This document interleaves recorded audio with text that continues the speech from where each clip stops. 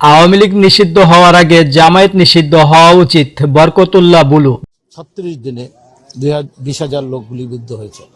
এই কারণে যদি শেখ হাসিনা এবং আওয়ামী লীগ নিষিদ্ধ হয়, তাহলে 71-এ যারা আমাদের মা বোনদেরকে গনিমতের মাল বলে পাকিস্তান হানাদার বাহিনীর কাছে বিএনপির ভাইস চেয়ারম্যান বরকতুল্লাহ বুলু বলেছেন, জুলাই আগস্ট আন্দোলনে 2000 মানুষ নিহত ও 20,000 মানুষ আহত হওয়ার জন্য আওয়ামী লীগ যদি নিষিদ্ধ হয়, তাহলে তার আগে বাংলাদেশে জামায়াতের নিষিদ্ধ হওয়া উচিত। কেননা তারা 1971 সালে মা বোনদের গনিমতের মাল মনে করে পাকিস্তানি সেনাবাহিনীর হাতে তুলে দিয়েছিল। 30 লাখ শহীদের রক্তের সঙ্গে বেইমানি করে পাকিস্তানের পক্ষে যুদ্ধ করে মানুষ হত্যা করেছে।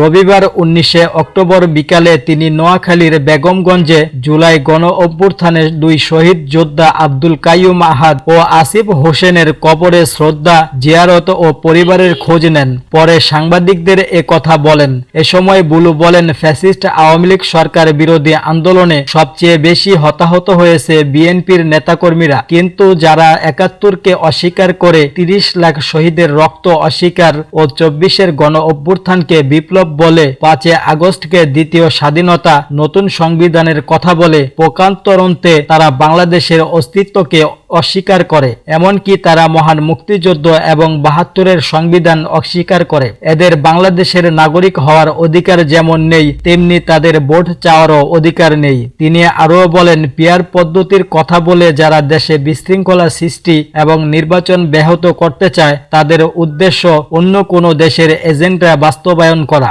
আইন শৃঙ্খলার পরিস্থিতি সহ সম্প্রতি কয়েকটি বড় আগুনের ঘটনা সম্পর্কে তিনি বলেন, ভূ রাজনীতির কারণে বিভিন্ন ষড়যন্ত্রকারীরা বাংলাদেশের নির্বাচন বানচাল করার চেষ্টা করছে। এ সময় বরকতুল্লাহ বুলুর স্ত্রী বিএনপি নেত্রী শামীমা বরকত লাকী, বেগমগঞ্জ উপজেলা বিএনপির আহ্বায়ক কামাখ্যা চন্দ্র দাস, সদস্য সচিব মাহফুজুল হক আবেদ সহ বিএনপির অঙ্গ সংগঠনের নেতৃবৃন্দ উপস্থিত ছিলেন।